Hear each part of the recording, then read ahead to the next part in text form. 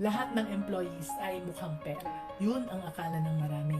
Yun din ang advice ng parati kong naririnig from other business owners. It was from the late Professor Dr. Alita Ortigas that I first learned about the motivation theories. Hindi pala sapat ang pera para ma-motivate ang isang tao, employee man or business owner na tulad natin. Ang kailangan din natin ay ang recognition at appreciation. Yung mapansin ang mabuti nating nagawa sa ating kapwa. Importante din na meron tayong growth. Hindi lang sa kaperahan, but as well as sa experiences at sa knowledge and sa skills. Ang isa pang kailangan natin ay purpose. Ang hanap buhay daw ay ang paghahanap ng kahulugan ng buhay natin. Kaya hindi porke nabigyan ng pera ang mga employees natin, solve na lahat ng problema. We have to recognize their achievements. Bigyan sila ng chance na mag-grow professionally at ipakita sa kanila ang purpose ng trabaho nila. Remember, we need all these to create the happy and high morale working environment for